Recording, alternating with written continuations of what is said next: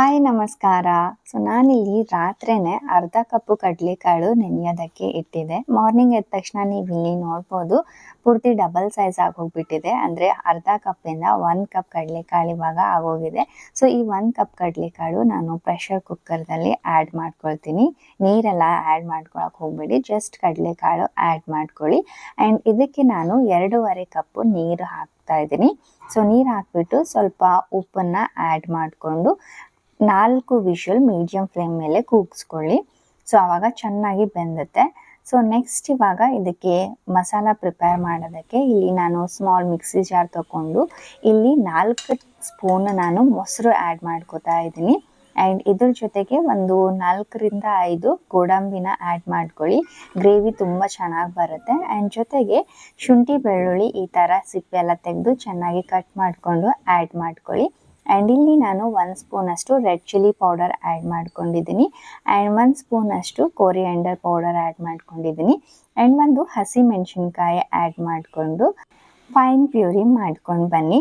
And ಈ ಕಡೆ ನಮ್ಮದು 5 ವಿಷಲ್ ಆಗೋಗಿದೆ, 4 ವಿಷಲ್ ಆಗೋಗಿದೆ. ಆ್ಯಂಡ್ ಇಲ್ಲಿ ನೀವು ನೋಡ್ಬೋದು, ನಾನು ನಿಮಗೆ ತೆಗೆದು ತೋರಿಸ್ತಾ ಇದ್ದೀನಿ ಯಾವ ರೀತಿಯಾಗಿ ಸಾಫ್ಟ್ ಆಗಿದೆ ಅಂತ. ಈ ಥರ ಪ್ರೆಸ್ ಮಾಡಿದರೆ ಚೆನ್ನಾಗಿ ಪ್ರೆಸ್ ಆಗಬೇಕು.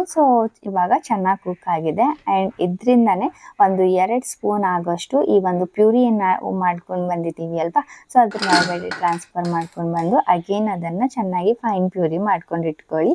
ಆ್ಯಂಡ್ ಈ ಕಡೆ ಒಂದು ಪ್ಯಾನ್ ತೊಗೊಂಡು ನಾನಿಲ್ಲಿ ಮಸ್ಟರ್ಡ್ ಆಯಿಲ್ ಯೂಸ್ ಮಾಡ್ತಾ ಇದ್ದೀನಿ. ನೀವೇನಾದರೂ ಮಸ್ಟರ್ಡ್ ಆಯಿಲ್ ಯೂಸ್ ಮಾಡಿದ್ರಿ ಅಂತಂದರೆ ಇದು ಪೂರ್ತಿಯಾಗಿ ಬೆಚ್ಚಗಾಗಬೇಕು. ಆವಾಗ ಮಾತ್ರ ನೀವು ಸಾಸಿವೆ ಜೀರಿಗೆನ ಆ್ಯಡ್ ಮಾಡ್ಕೊಳ್ಳಿ.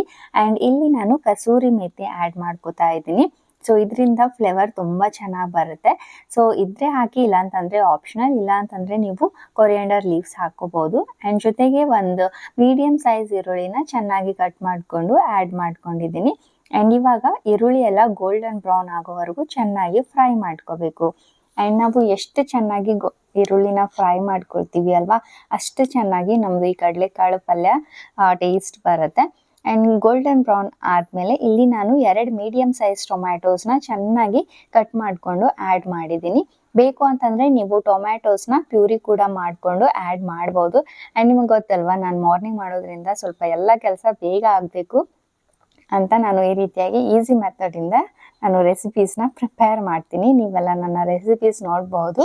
ಓಕೆ, ಇವಾಗ ಟೊಮ್ಯಾಟೋಸ್ ಎಲ್ಲ ಚೆನ್ನಾಗಿ ಮಿಕ್ಸ್ ಮಾಡ್ಕೊಂಡು ಇಲ್ಲಿ ಸ್ವಲ್ಪ ಅರಿಶಿಣ ಮತ್ತು ಸ್ವಲ್ಪನೇ ಉಪ್ಪು ಹಾಕ್ಕೊಳ್ಳಿ. ಬಿಕಾಸ್ ಅಲ್ಲಿ ನಾವು ಕಡಲೆಕಾಳು ಇದು ಬೇಯಿಸೋಕೆ ಇಟ್ಟಿದ್ದೀವಿ ಅಲ್ವಾ, ಅಲ್ಲಿ ಕೂಡ ಉಪ್ಪು ಹಾಕ್ಕೊಂಡಿದ್ವಿ. ಜಾಸ್ತಿ ಹಾಕೋಬೇಡಿ.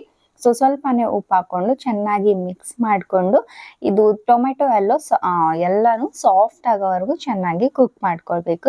ಬೇಗ ಸಾಫ್ಟ್ ಆಗಲಿ ಅಂತ ನಾನು ಲಿಡ್ನ ಕ್ಲೋಸ್ ಮಾಡಿಕೊಂಡು 1-2 ನಿಮಿಷ ಚೆನ್ನಾಗಿ ಕುಕ್ ಮಾಡ್ಕೊಳ್ತೀನಿ. ಆ್ಯಂಡ್ ಇಲ್ಲಿ ನೀವು ನೋಡ್ಬೋದು ಟೊಮ್ಯಾಟೊ ಕೂಡ ಚೆನ್ನಾಗಿ ಸಾಫ್ಟ್ ಆಗಿದೆ.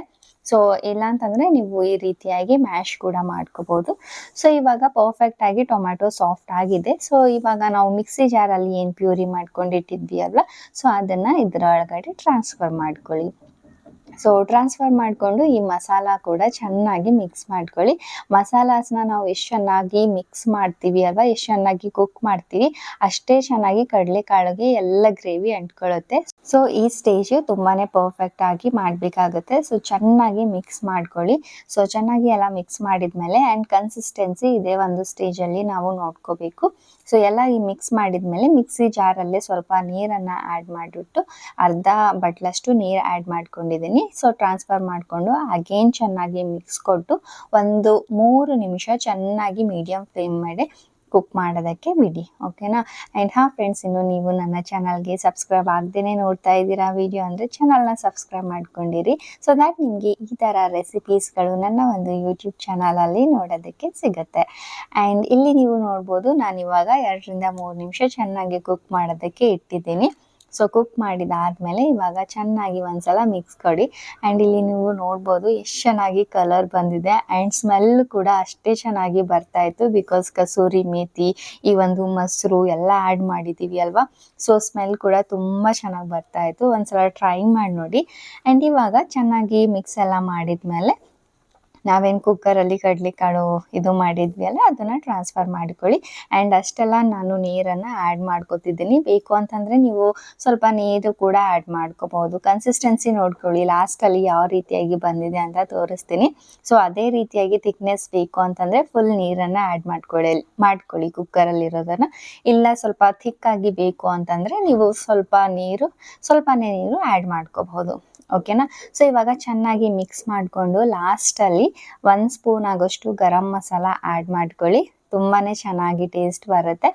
ಇವಾಗ ಒಂದು 2-3 ನಿಮಿಷ ಮೀಡಿಯಂ ಫ್ಲೇಮ್ ಮೇಲೆ ಚೆನ್ನಾಗಿ ಕುಕ್ ಮಾಡ್ಕೊಳ್ಳಿ. ಆ್ಯಂಡ್ ಕುಕ್ ಮಾಡಿದಾದ್ಮೇಲೆ ತಕ್ಷಣ ಸರ್ವ್ ಮಾಡೋದಕ್ಕೆ ಹೋಗಬೇಡಿ. ಒಂದು 5 ನಿಮಿಷ ಬಿಟ್ಬಿಟ್ಟು ಸರ್ವ್ ಮಾಡಿ. ಆವಾಗ ಕಡಲೆಕಾಳಿಗೆ ಚೆನ್ನಾಗಿ ಗ್ರೇವಿ ಎಲ್ಲ ಕರೆಕ್ಟಾಗಿ ಅಂಟ್ಕೊಳ್ಳುತ್ತೆ. ಸೊ ಪರ್ಫೆಕ್ಟಾಗಿ ಕಡಲೆಕಾಳು ಪಲ್ಯ ರೆಡಿ ಆಗುತ್ತೆ.